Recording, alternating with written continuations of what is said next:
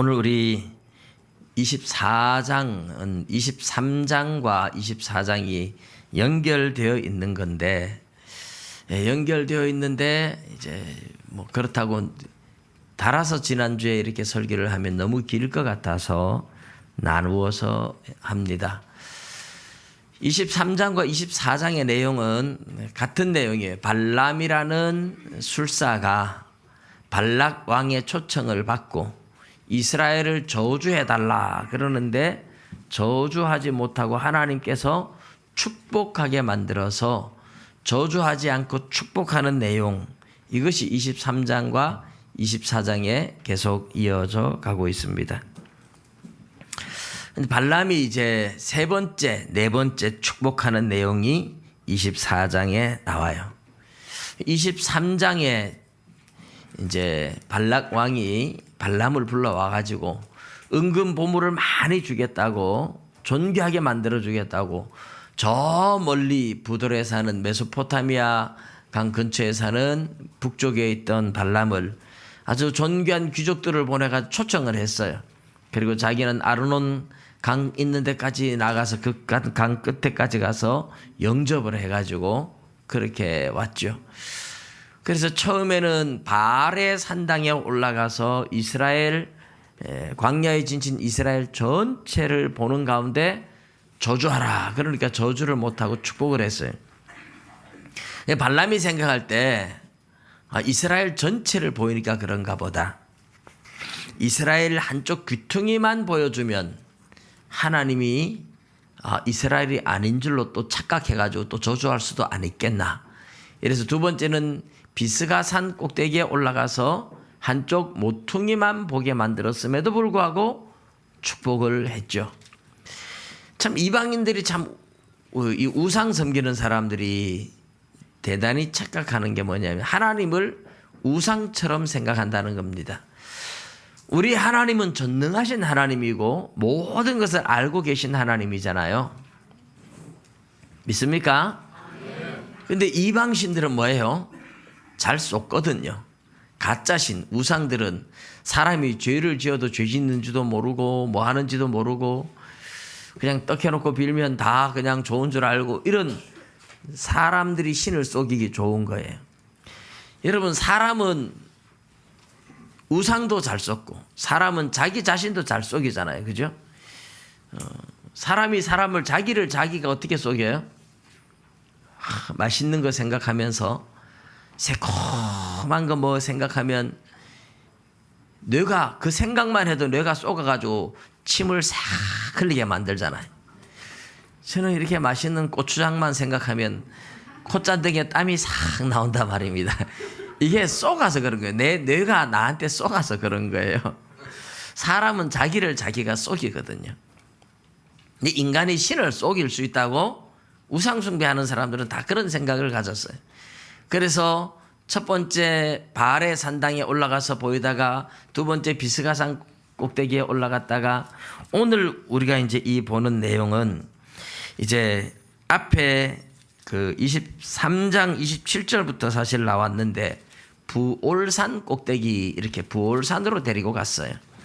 23장 28절에 보면 바알이 발람을 인도하여 광야가 내려다 보이는 부올산 꼭대기에 이르니, 이제 거기서 7 제단을 쌓고 7 수송아지 7마리 숫양을 가지고 제사를 드립니다.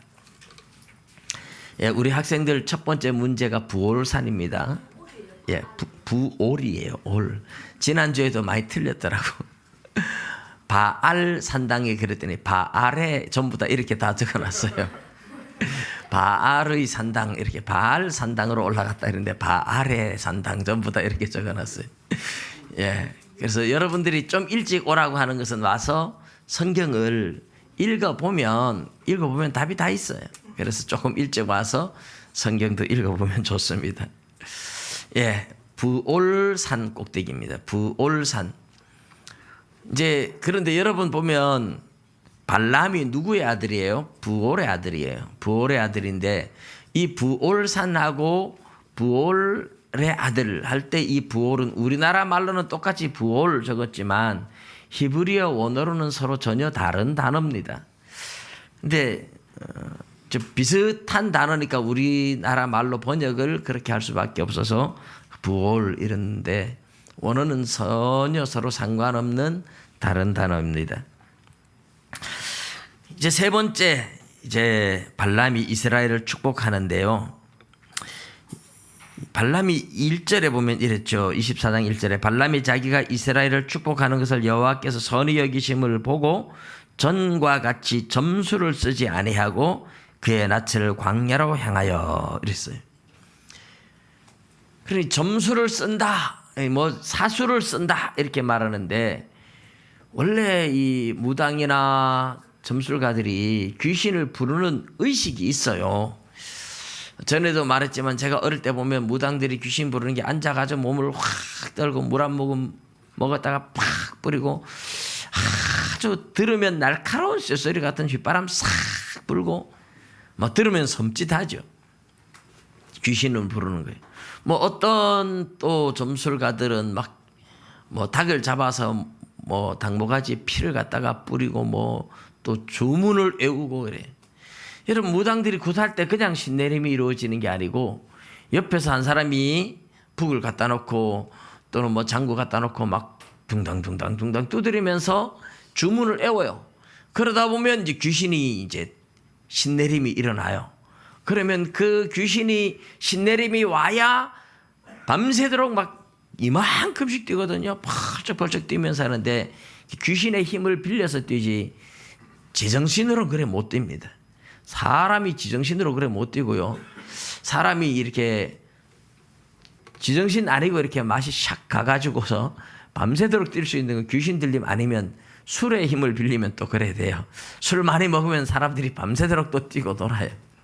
술의 힘을 빌리거나 귀신의 힘을 빌리면 밤새도록 뛸 수 있지만 맨정신으로 지정신으로 한번 뛰라 그래 보세요.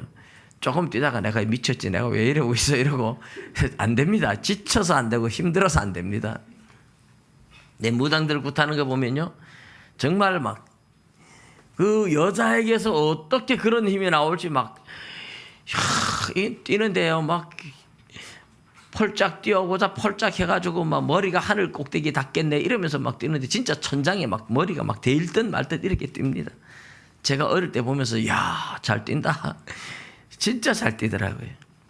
예, 이제 그런 것들이 귀신을 부르는 어떤 사술이라 그래요. 뭐 북을 친든지 장구를 치든지 뭐 짐승을 잡아서 어떻게 하든지 뭐 휘바람을 불고 뭐 하여튼 뭐 여러 가지 있어요. 근데 이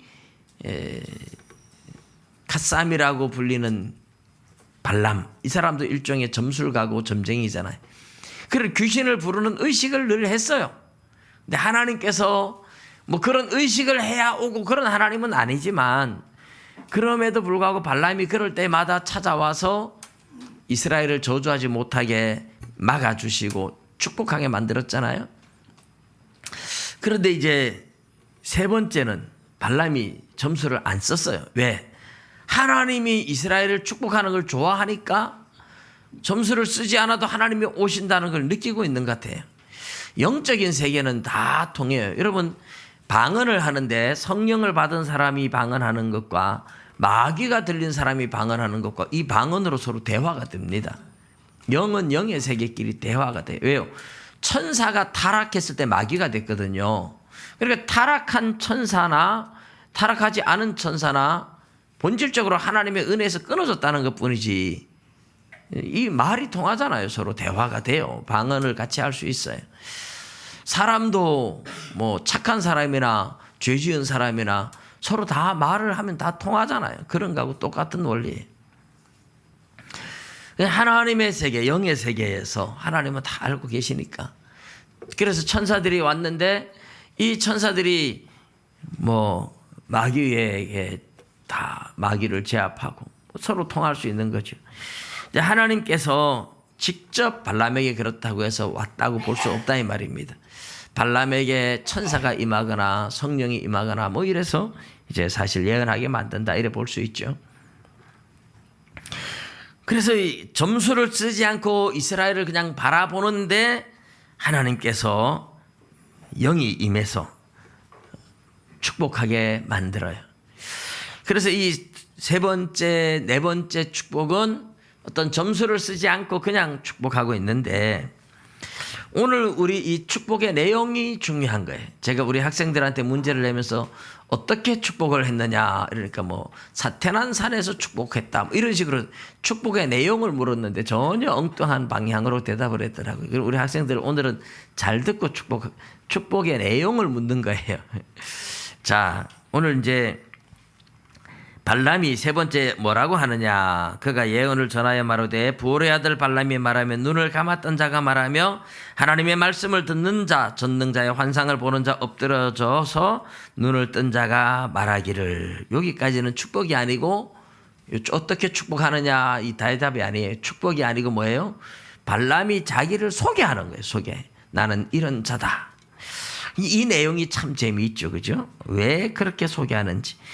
첫 번째, 두 번째 축복에는 이런 내용이 없어요. 자기를 이렇게 소개하지 않았어요.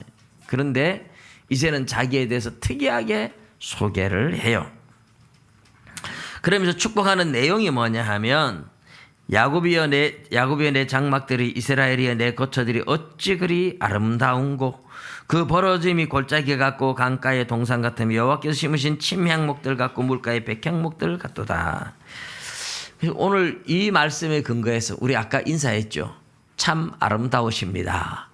예, 축복하면서 첫 번째로 이스라엘이 아름답다 이렇게 축복하는 거죠. 아름답다.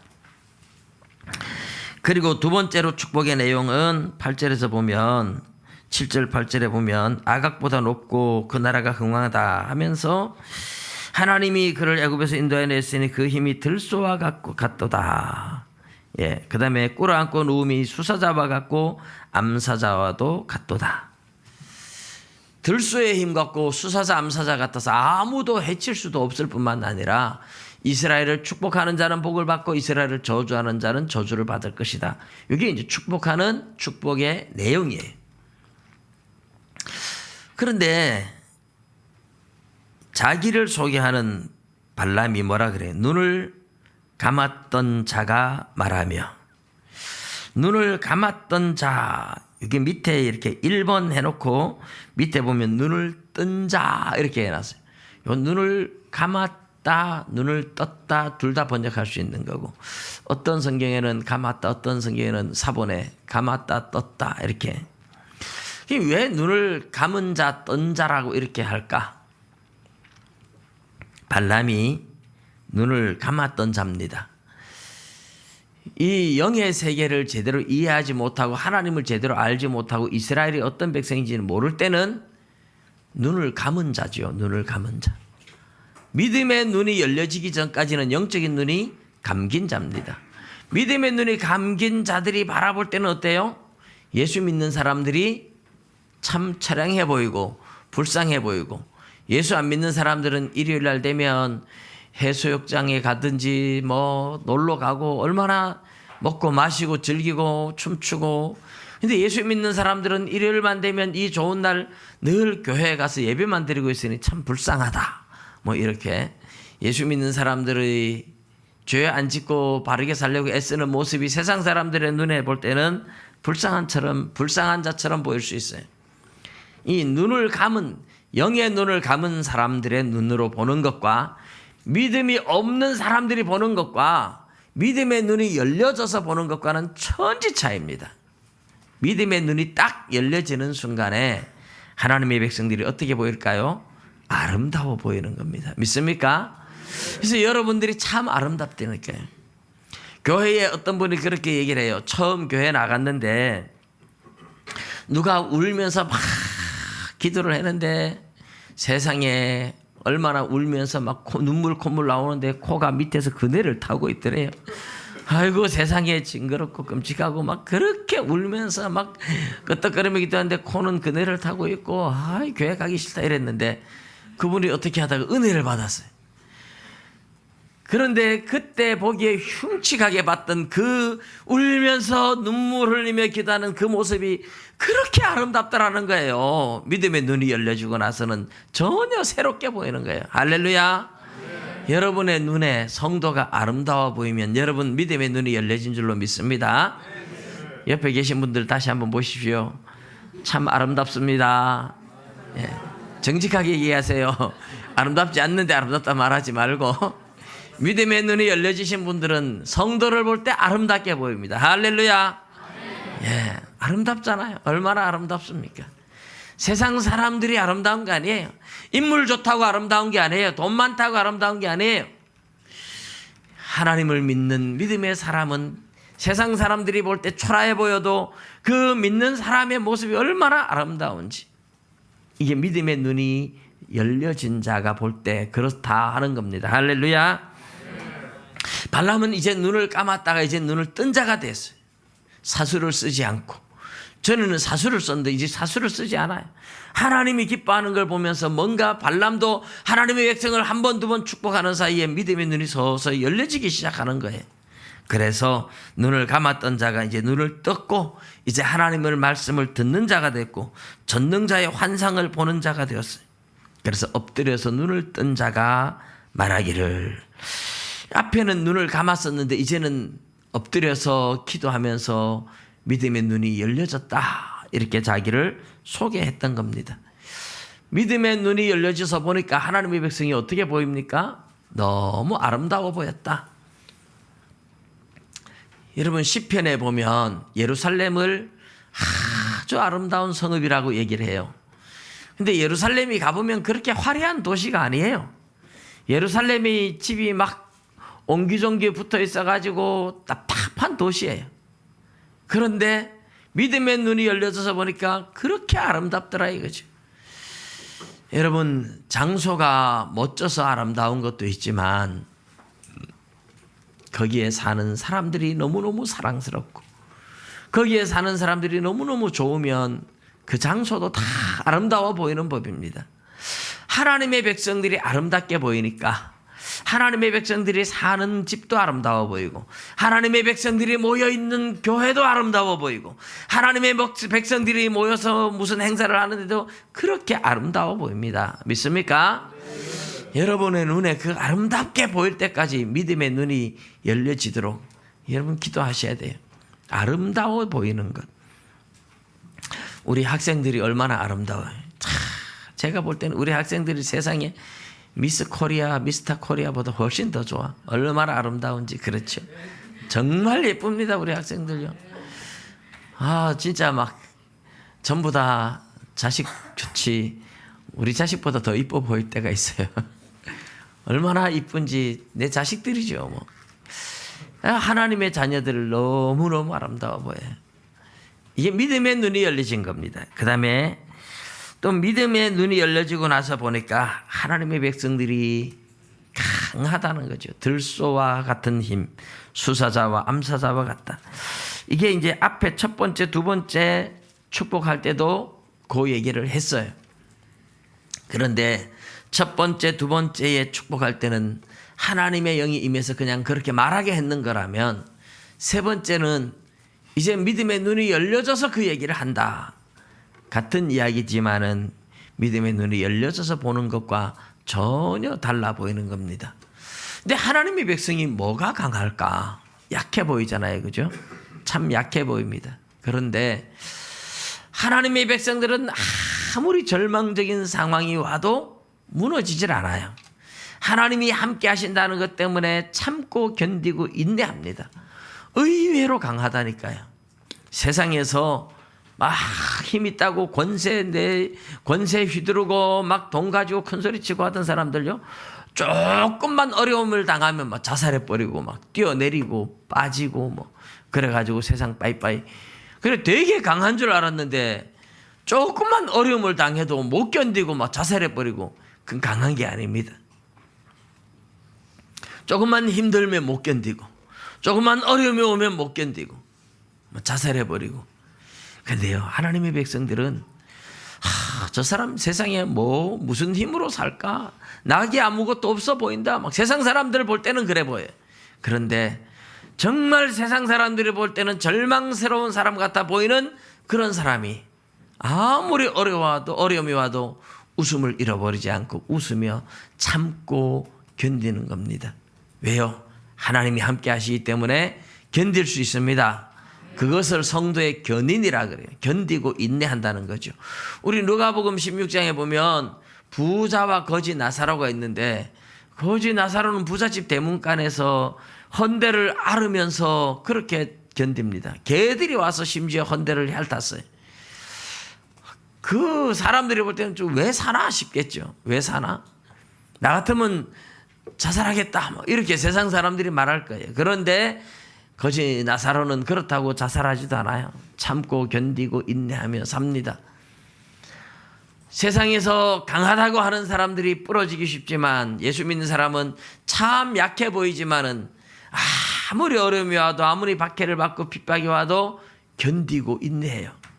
하나님이 함께 하시기 때문에 하늘나라에 소망이 있기 때문에 하나님이 지켜주시기 때문에 어떤 어려움을 만나도 견디고 인내하는 그게 얼마나 강한지 몰라요.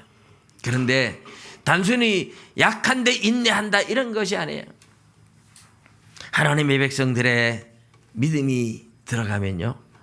어떤 어둠의 세력 앞에서도 굴복하지 않고 아주 강하고 담대해져요. 사탄의 세력과 싸우고 영적 싸움에서 얼마나 강해지는지 몰라요. 우리 아나톨레 선배 중에 주기철 목사님 얘기를 제가 몇 번 드렸습니다마는 중국에서 옛날에 선교하시다가 이제 뭐 나오신 거로 아는데 이분이 잡혀서 들어간 적이 있어요.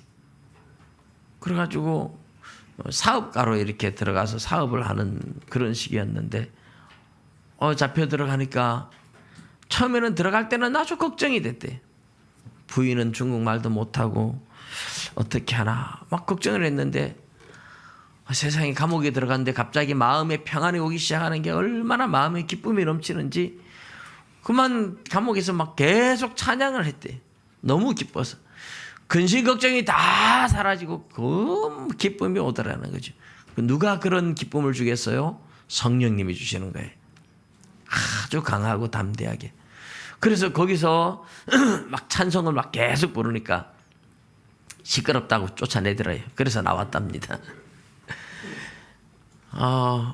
제가 며칠 전에 대구 어느 교회 장로님한테 말씀을 드렸는데 이 장로님이 무척산 기도원에 많이 갔다 그러시더라고요. 무척산 기도원에 안 가보셨죠? 저는 이제 뭐 수련회 인도차 옛날에 칠곡교회 청년들이 수련회를 하면서 뭐 벌써 10년도 훨씬 넘었습니다만은 그래서 제가 수련회 가봤어요. 무척산 올라가는데 무척 힘들더라고요. 왜냐하면 차가 못 올라가니까 걸어서 한여름에 수련회 인도하러 가는데 걸어서 올라가면서 완전히 막 땀 범벅이 됐어요. 그래서 올라가니까 무척산 기도원이 자그마한데 뭐 물은 막 얼음장같이 차가워요. 그래서 샤워를 하고 근데 그 무척산 기도원이 일제시대에 목사님들이 피난했던 피난처랍니다. 그런데 어떤 분이 목사님 한 분이 일본 순사한테 잡혔대요. 목사들 다 어디 숨었는지 불어라. 그래가지고서 안 보니까 이분이 잡혀가지고 막 걱정이 돼가지고 막 이러는데 대나무 이거 잘라가지고 대나무 바늘 만들어가지고 손톱 밑으로 해서 여기까지 막 찔러는 거예요. 얼마나 아프겠어요. 그런데 이분이 불었다 그러면 그 무척산 기도원에 숨어있던 목사님들 다 잡혀 죽을 텐데 이분이 이제 잡혀갈 때는 되게 걱정하는데 하나님께서 막 강하고 담대한 믿음을 주신 거예요. 그래가지고 아무리 고문을 해도 입 딱 다물고 끝까지 버티신 거예요. 그래가지고 그 목사님들 무척산 기도원의 목사님들 다 살았다 이래요. 여러분 성도가 강하다는 것은 이런 거예요. 사탄의 세력이 박해를 하고 그렇게 핍박을 하고 해도 그 고문 앞에서도 죽음 앞에서도 두려워하지 않고 담대해지는 거예요. 영적인 파워가 생기는 겁니다. 영적인 강하고 담대함이 생기는 겁니다. 뭐 육체적으로 힘이 있다 이런 얘기 아니에요. 하나님께서 수사자와 같고 암사자와 같고 들소와 같게 한다. 이 강하고 담대함은 사탄과의 싸움에서 어떤 박해 속에서도 이겨낼 수 있는 강하고 담대함. 하나님의 말씀을 따라 살아가는 사람들은 성령님이 주시는 그 믿음의 담대함이 생겨서 세상의 어떤 환난과 박해 속에서도 참고 견디고 이길 수 있는 담대함을 얻게 될 줄로 믿습니다. 이제 발람이 이렇게 이스라엘을 축복하니까 발락 왕이 막 화가 났어요. 화가 나가지고 내가 그대를 부른 것은 내 원수에게 저주하라는 것이오늘 그대가 이같이 3번 그들을 축복하였도다. 그러므로 그대는 이제 그대의 곳으로 달아나라. 당신 살던 곳으로 빨리 도망가라. 내가 가만히 안 있겠다. 막 이런 식으로 막 협박하듯이 발락 왕이 화를 냈어요.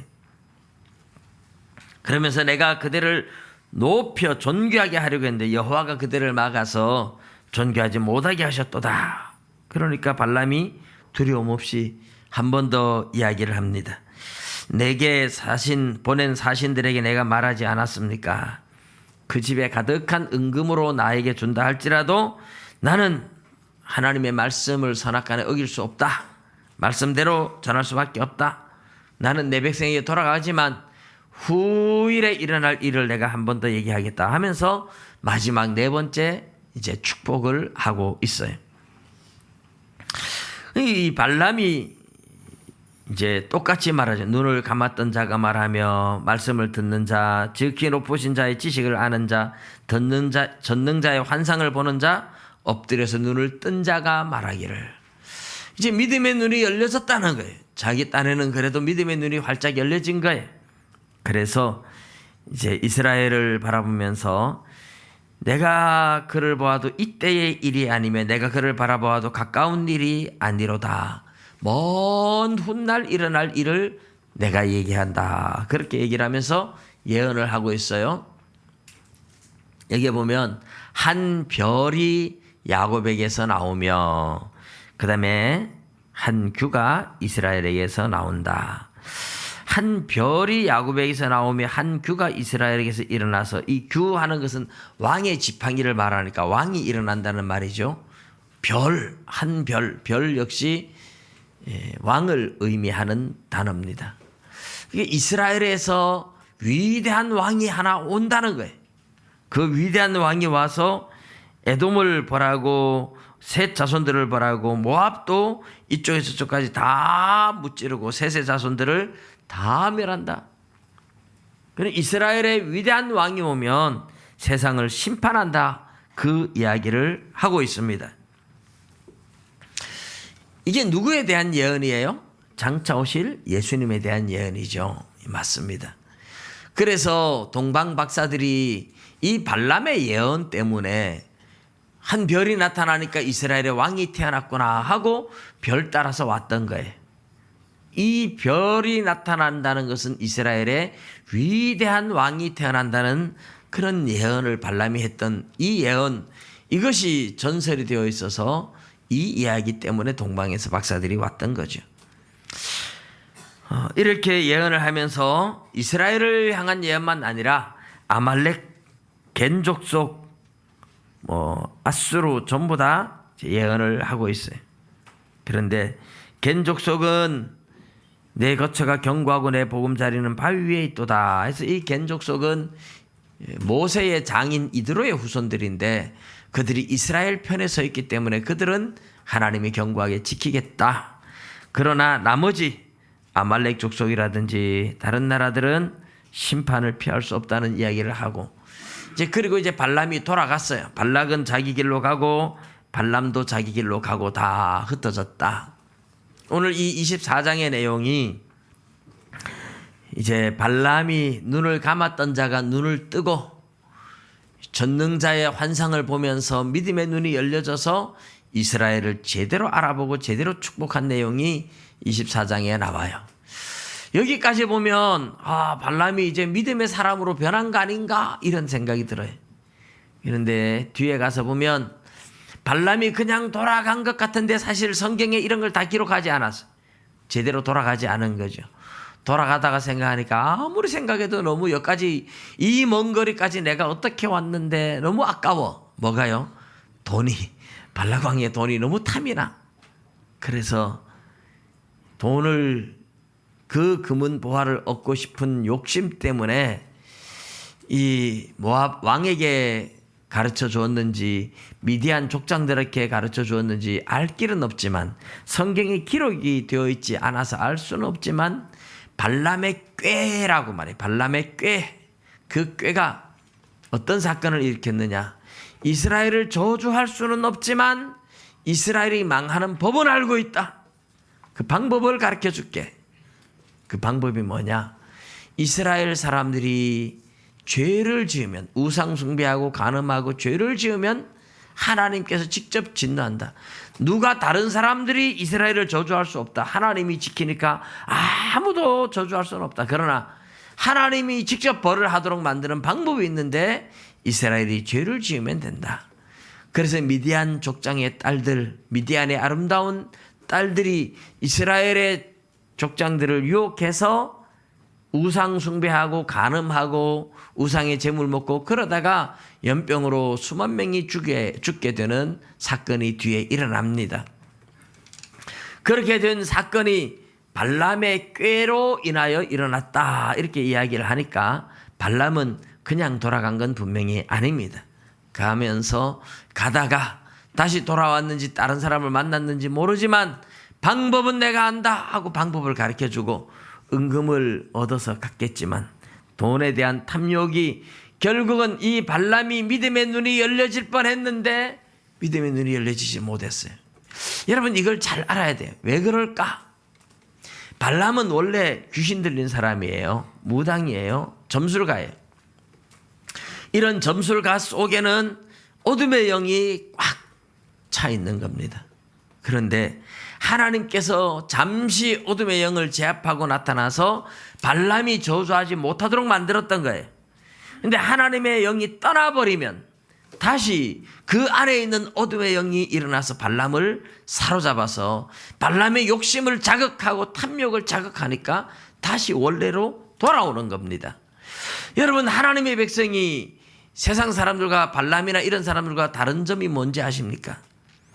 요한복음 14장에서 16장에 나오는 대로 하나님께서 보혜사 성령, 파라클레토스 보혜사 성령을 우리에게 주시면 그 성령님이 우리 안에 와서 영원히 우리와 함께 있다고 약속을 했습니다. 할렐루야. 진짜 하나님의 백성들에게는 성령이 오시면 떠나질 않아요. 성령이 오셔서 영원히 함께 계세요. 그래서 성령님이 함께 계시기 때문에 성령의 인도를 따라 살아가면서 끝까지 승리하는 겁니다. 그러나 이 발람이라든지 세상 사람들, 사울도 그렇게 성령을 받은 적은 있지만 이 하나님의 백성이 아닌 사람들에게는 하나님께서 성령을 주셔서 잠시 글을 쓰다가도 다시 영을 거두어 가십니다. 거두어 가면 그 안에 있는 어둠의 영들이 하나님에 의해서 억제되었다가 하나님의 영이 떠나고 나면 그 다음에는 다시 원래의 본성으로 돌아가게 만들고 본색이 드러나게 만듭니다. 그래서 발람이 하나님의 영에 사로잡혔을 때는 어쩔 수 없이 이스라엘을 축복했지만 믿음의 눈도 열려졌다고 했지만 하나님의 영이 떠나는 순간에 그 안에 숨어있던 어둠의 영들이 다시 발람의 마음에 욕망을 자극해서 제자리로 돌아가게 만든 겁니다. 어둠의 영에 사로잡히고 탐욕에 사로잡혀서 결국은 이스라엘을 망하게 하는 비법을 가르쳐주면서 돈을 얻어갔던 발람, 그 발람의 꾀 때문에 이스라엘은 고통을 당했고 발람은 결국 여호수아 13장에 나오는 대로 미디안과의 싸움을 싸울 때에 발람도 칼로 죽였다고 이야기를 합니다. 여러분, 하나님의 영이 우리 안에 거하시면 항상 우리가 무엇을 하든지 죄를 짓거나 욕망에 빠지면 하나님의 영이 우리 양심에 가책을 주잖아요. 그래서 하나님 앞에 회개하게 만들잖아요. 하나님의 성령이 우리 안에 거하시는 증거입니다. 그러나 하나님의 영이 거하지 않는 사람들은 잠시 하나님의 말씀을 들을 때는 양심의 가책을 느끼다가도 좀 멀어지고 떠나고 그러면 다시 본성이 드러나고 본색이 나타납니다. 죄악의 늪에 다시 빠져버리는 거예요. 여러분, 우리의 삶은 어떻습니까? 죄악에 빠져버리면 그 사람은 하나님의 영이 거하는 게 아니에요. 그래서 요한 1세에 보면 하나님의 백성들이 죄를 지을 수 없다고 이야기를 해요. 그 죄를 지을 수 없다 하는 말은 진행형으로 계속해서 죄에 빠지는 삶을 살아갈 수는 없다는 거죠. 왜? 하나님의 성령이 거하시기 때문에 계속 죄를 짓고 있으면 그냥 안 두는 거예요. 못 견디게 양심의 가책을 느끼게 만들어서 돌아올 수밖에 없도록 만드는 거죠. 그러나 하나님의 영이 거하지 않는 사람들은 죄악의 늪에 빠져서 즐기고 그렇게 살다가 하나님의 심판을 받는 겁니다. 저와 여러분이 하나님의 성령이 우리 안에 거하시기 때문에 예수를 주님이라고 부르고 하나님을 아버지라고 부르고 죄악에 빠져서 즐기며 죄악에 계속해서 죄악에 빠져 살 수 없는 이것이 하나님의 자녀인 증거입니다. 여러분, 하나님의 백성들은 회개하기를 기뻐하여 죄에 빠질 수 있지만 넘어질 수 있지만 바로 돌아서서 회개하는 겁니다. 하나님 앞에 자신의 죄에 대해서 고백할 줄 알고 회개할 줄 아는 게 이게 하나님의 백성들의 위대함입니다. 하나님의 백성들의 축복입니다. 오늘도 살아가면서 하나님의 자녀된 것에 대한 감사와 또 나도 모르게 넘어지고 쓰러지고 죄악에 빠질지라도 하나님 앞에 죄를 고백하고 회개하면서 하나님의 자녀로 살아간다는 것이 얼마나 행복한 것인지 하나님 앞에 날마다 감사할 수 있는 믿음의 눈이 활짝활짝 열려지시기를 주님의 이름으로 축복합니다. 기도드리겠습니다.